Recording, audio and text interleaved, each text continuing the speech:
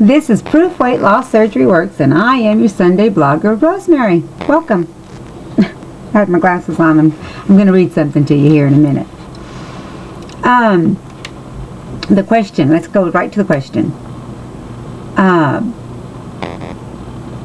What was your toughest challenge immediately post-op? How did you overcome it, or did you? Is it something you are still working on? Okay.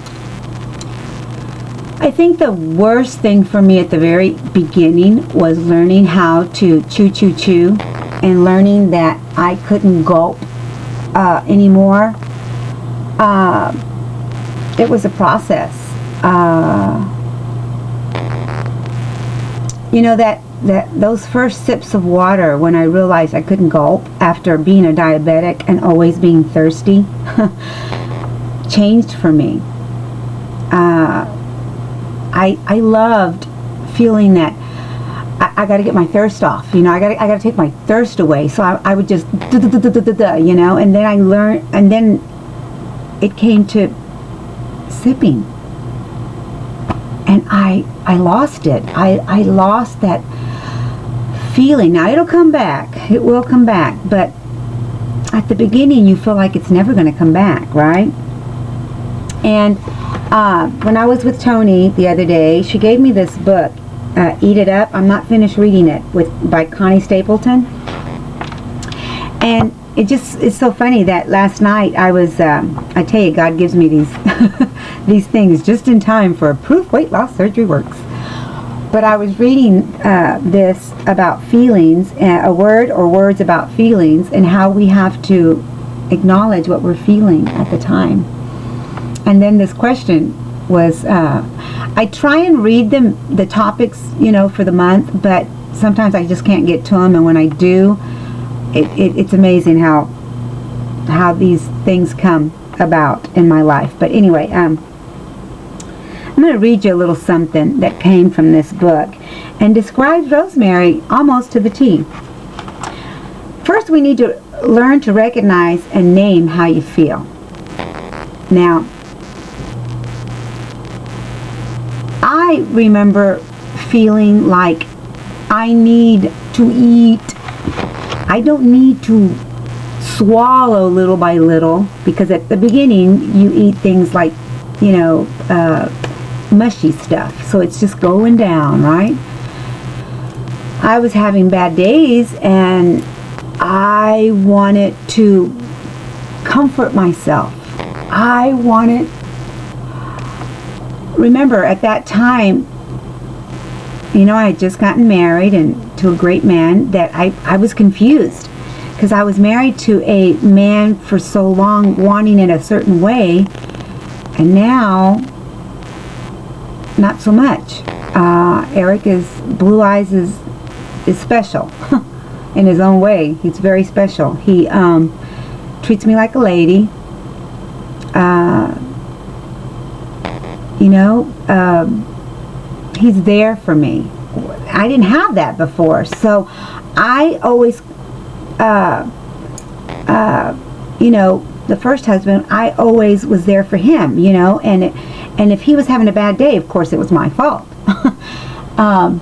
So anyway, I'm not trying to bring up my past, but what I'm saying is I needed the food to comfort me, right? Comfort. And Eric, and I'm bringing my husband up in this because he's helped me along the way. I didn't know that I could talk things out with him and he could come up with the greatest ideas, you know. Well, you know, do you want to hit a pillow? Do you feel like hitting a pillow today? Do you feel like getting hugged today? And I just couldn't believe it, you know. There's an answer instead of food. There's a way I can deal with my feelings and my emotions instead of going to grab bread or going to grab, you know, food of my choice for that day. And she talks about awareness is the name of the change game. By becoming aware of your thoughts and feelings, you will be able to make healthier food and behavioral choices. Acknowledge thoughts and feelings tend to drive the bus, or in the case of a food addict, drive the person straight to the refrigerator, because that's where we want to go, right? That's where I wanted to go. After being in the post-surgical therapy group for 7 months, she speaks about this lady that was having the same issues. And this lady talks about how she had to deal with her emotions. She says, so I didn't unconsciously eat and eat and eat to try to swallow my emotions now. I did at the beginning. You know, I wanted to swallow my emotions. What a great way of thinking and saying things, because I didn't know how to explain that to people, and now I do. I can say that. I used to try and swallow my emotions. It's kind of humbling and embarrassing, but how many of us have really been there? And then she says, I learned to recognize my sadness, to ask myself, what do I need right now? The answer was usually, not surprising, comfort. I needed to be comforted.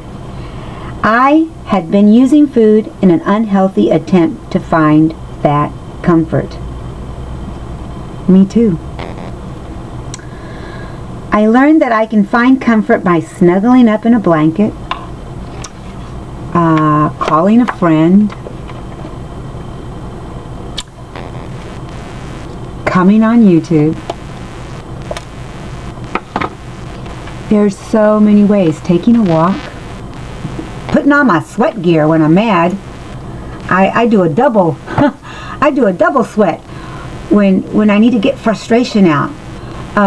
Here recently, my sister came to visit me, and I appreciate Susan and Catherine and Betty for bringing her to me. But I feel like I didn't get enough of, you know, I appreciate the time I was with her, and I took that time with her, but I'm so used to picking up the phone and calling my sister for every little thing. You know, every little thing. I can talk to her 10, 12 times a day, and neither one of us care. And so I did a little bit more sweating than usual this week. I liked it. I liked the feeling. So I don't know if I really answered this question. I probably went way overboard. I'm sorry, but what was your toughest challenge immediately post-op? That was a challenge for me. Not being able to swallow my emotions. I love that phrase now. Because I don't swallow my emotions anymore. I handle my emotions. I say, how are you feeling, Rosemary? Are you feeling sad? Then go hug Blue Eyes. You know, tell him you need a hug, because he's more than willing to give it to you. Are you stressing? Are you sad? Then go do some extra exercise. Go take a walk. Watch a movie. I deal with my emotions now. What a short topic, but it could go on for days. I love you guys. Let me know if I helped. If I, you know, like Wendy says, take notes.